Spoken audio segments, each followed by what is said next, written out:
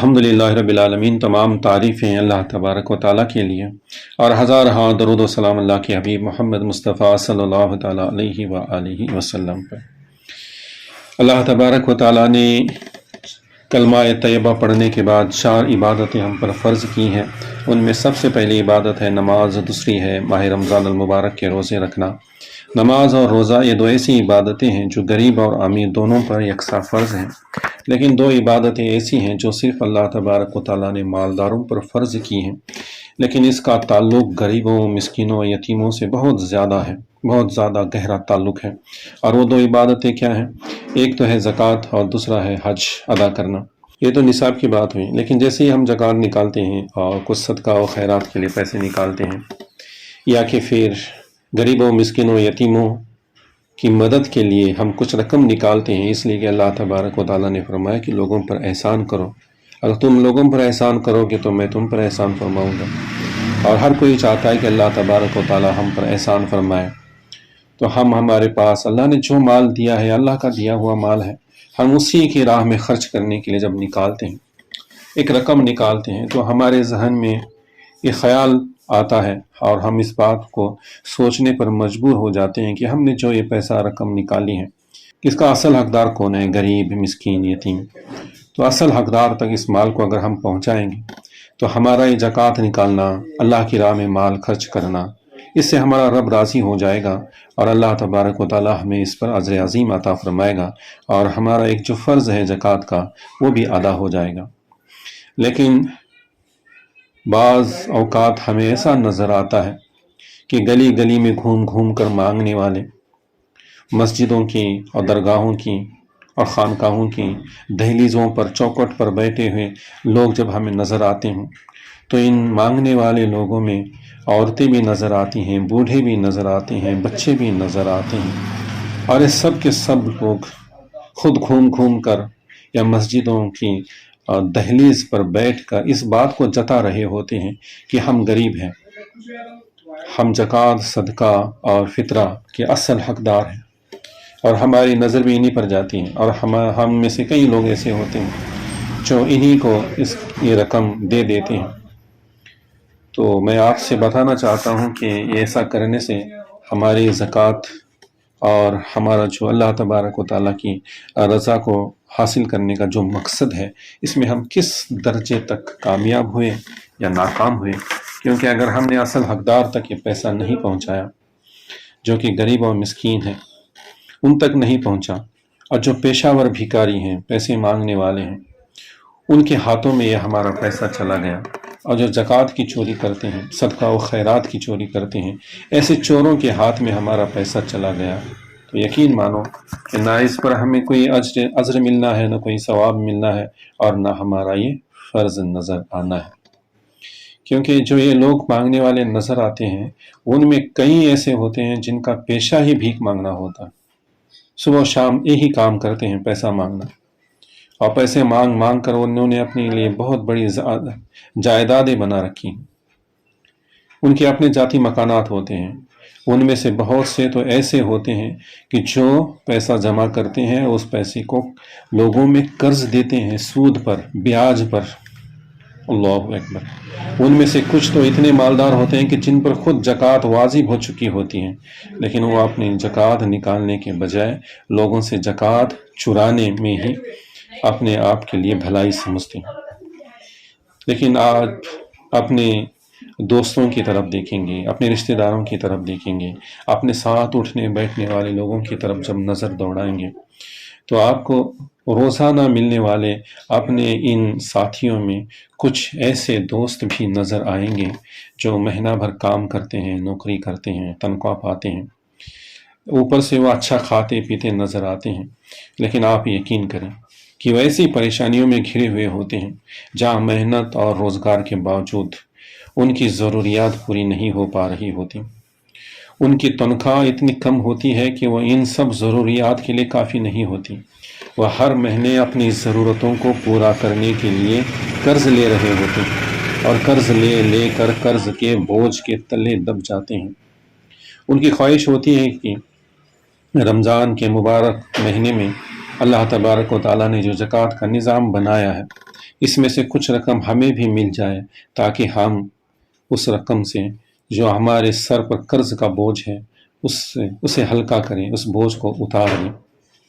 اور جو پریشانیاں ان پریشانیوں سے ہم نجات پائیں۔ لیکن ان کی شرم، ان کی غیرت کسی سے پیسے مانگنے کی اجازت نہیں دیتی۔ وہ دل ہی دل میں کوڑتے رہتے ہیں، روتے رہتے ہیں، اللہ تبارک و تعالیٰ کے حضور التجائے کر رہے ہوتے ہیں، اور زندگی کا ہر لمحہ وہ اس بے چینی میں اور اپنی اس پریشانی میں گزار رہے ہوتے ہیں۔ ایسے لوگ جو ہیں اپنے بچوں سے آنکھ ملاتے ہوئے بھی کترا رہے ہوتے ہیں، کیونکہ نہ وہ اپنے بچوں کی کوئی ضروریات کو پورا کر رہے ہوتے ہیں، نہ ان کی کوئی فرمائش کو پورا کرنے کی ان میں طاقت ہوتی ہے۔ رمضان المبارک میں آپ کی زکوٰۃ کا اس سے بہتر حقدار کون ہوگا؟ اپنے دوستوں میں دیکھیں، اپنے پڑوسیوں میں دیکھیں، اپنے رشتہ داروں میں دیکھیں کہ کئی ایسے لوگ ہیں پڑھے لکھے ہیں لیکن اچھی نوکری نہیں ملے تو کم تنخواہ پر کام کر رہے ہیں۔ مہنگائی اتنی بڑھ گئی ہے، ان کی تنخواہ ہوتی ہے 8-10 ہزار روپے، خرچ ہوتا ہے 10-15 ہزار روپے، تو کہاں سے وہ اپنی ضروریات کو پورا کر سکیں گے؟ رمضان المبارک میں وہ بھی تو چاہتے ہوں گے کہ اپنے بچوں کے لیے کپڑے خریدیں، لیکن ان کی تنخواہ ہی اتنی ہے کہ اس سے نہ وہ روزانہ کی ضرورت کو پورا کر سکتے ہیں، تو پھر اپنے بچوں کی فرمائش کہاں سے پوری کر پائیں گے؟ تو ایسے لوگ قرض کے بوجھ تلے دبے ہوتے ہیں، اور ہر مہینے کی ضرورت پورا کرنے کے لیے ان کی تنخواہ کافی نہیں ہوتی، اور قرض لینا ان کی ضرورت بن جاتی ہے، تو قرض کہاں سے ادا کر سکیں گے؟ تو ایک بوجھ تلے وہ اپنے آپ کو محسوس کر رہے ہوتے ہیں، اور اس سے نجات کا کوئی ذریعہ چاہتے ہیں۔ اللہ تبارک و تعالیٰ نے ہمیں ماہ رمضان المبارک کے مہینے میں اپنی زکوٰۃ نکال کر ایسے لوگوں کی مدد کرنے کا ہمیں حکم دیا ہے۔ تو آپ یقین مانیں کہ ایسے لوگوں کو اگر آپ اپنی زکوٰۃ، صدقہ و خیرات اور فطرہ کا پیسہ دیں گے تو یقیناً تمہارا پیسہ اصل حقدار کو مل جائے گا، اس سے اللہ تبارک و تعالیٰ بھی راضی ہو جائے گا، اور تمہاری زکوٰۃ ادا کرنے کا جو فریضہ ہے وہ بھی پورا ہو جائے گا۔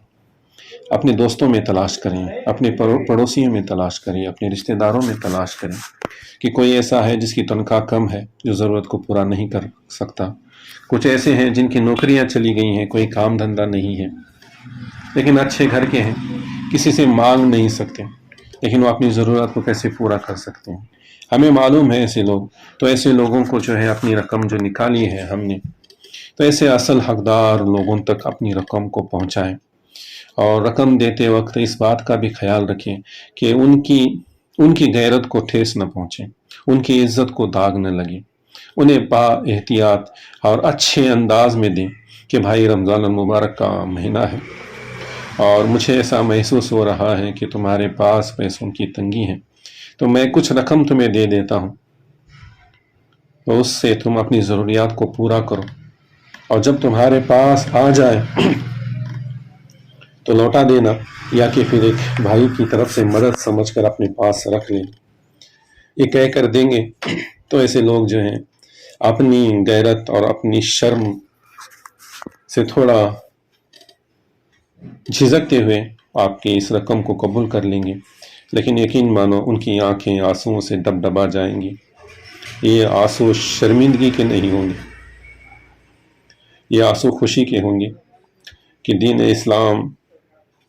میں ہونے کی وجہ سے اللہ تبارک و تعالیٰ نے ان پر یہ انعام و اکرام کیا ہے، اور ضرورت کے وقت یہ پیسہ ان تک پہنچا ہے، تو یقیناً مرتے دم تک تمہارے لیے دعا اور دعائے خیر کرتے رہیں گے۔ تو ایسے اصل حقداروں تک اس رقم کو پہنچائے۔ جو مانگنے والے گلی کوچے میں جو دوڑ دوڑ کر مانگتے ہیں، مسجدوں کی دہلیز پر بیٹھتے ہیں، تو ان کی طرف جو ہے ہمیں بہت توجہ سے دیکھنا ہے کہ اس میں ہو سکتا ہے کوئی اصل غریب بھی ہو، لیکن زیادہ تر لوگ ایسے ہوتے ہیں جن کا پیشہ ہوتا ہے مانگنا، اور مانگ کر ہی انہوں نے اپنی جائیدادیں بنا لی ہیں۔ تو ایسے لوگوں سے اپنی مال اور اپنے زکوٰۃ کے پیسے کو بچائے، اور اپنی زکوٰۃ اور مال جو بھی کچھ اللہ کی راہ میں خرچ کرنے کے لیے نکالا ہے وہ اصل حقدار تک پہنچائے، اصل حقدار تک پہنچائے۔ اس کے اندر بہت سارے لوگ ایسے بھی آتے ہیں جو مدرسے کی پاوتیاں وغیرہ لے کر آتے ہیں، کہتے ہیں کہ فلاں گاؤں میں ہمارا مدرسہ ہے، بچے پڑھتے ہیں، آپ زکوٰۃ کا پیسہ دیں۔ نہ ہمیں وہ گاؤں کا پتہ ہے، نہ وہاں کے مدرسے کا پتہ ہے، نہ وہاں بچے ہیں یا نہیں، اس کا بھی ہمیں کچھ پتہ نہیں۔ تو ایسے انجان لوگوں کے ہاتھوں میں بھی اپنی رقم کو نہ دیں، کیونکہ ایسا کرنے سے جو ہے تمہاری زکوٰۃ ڈوب جانے کا خطرہ ہے۔ تو ایسے لوگوں کو ہرگز زکوٰۃ نہ دیں۔ ہم جنہیں جانتے ہیں، کچھ مدرسے اپنے یہاں پر بھی ہوتے ہیں،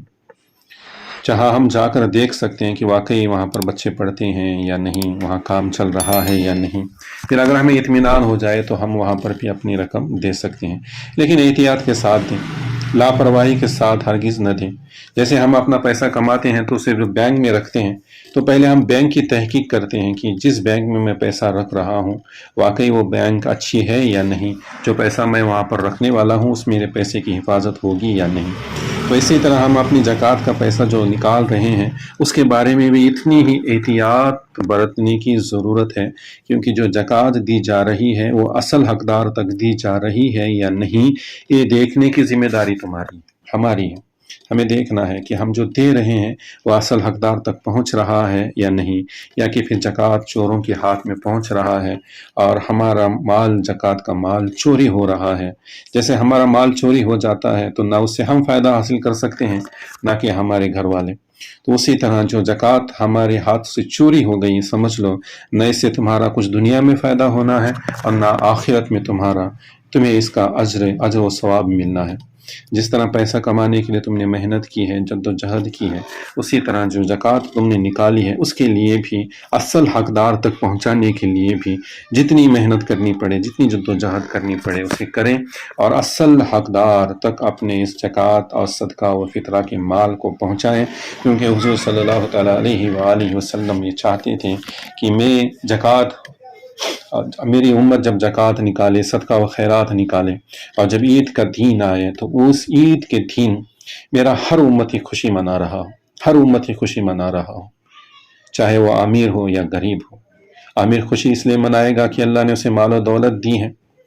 اور اللہ کا شکر ادا کرتے ہیں اس نے اپنے مال میں سے کچھ رقم نکالی اور غریبوں کو دے دی۔ غریبوں کے پاس بھی وہ مال و دولت پہنچ گئی تو انہوں نے بھی اپنی ضروریات کو پورا کیا، اور آج عید کے دن وہ بھی اللہ کا شکر ادا کرنے کے لیے جمع ہو گئے ہیں۔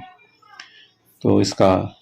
بہت احتیاط کے ساتھ خیال رکھیں، اور اپنی زکوٰۃ، صدقہ و خیرات خود اپنے ہاتھوں سے غریب اور مسکینوں کو تلاش کر کے ان تک پہنچائیں۔ بیچ میں جو میڈیٹر ہوتے ہیں، ان میڈیٹر تک اپنی رقم کو پہنچا کر اس بات سے اطمینان حاصل نہ کریں کہ میں نے تو ادا کر دی ہے، اب وہ جانے اور اللہ جانے۔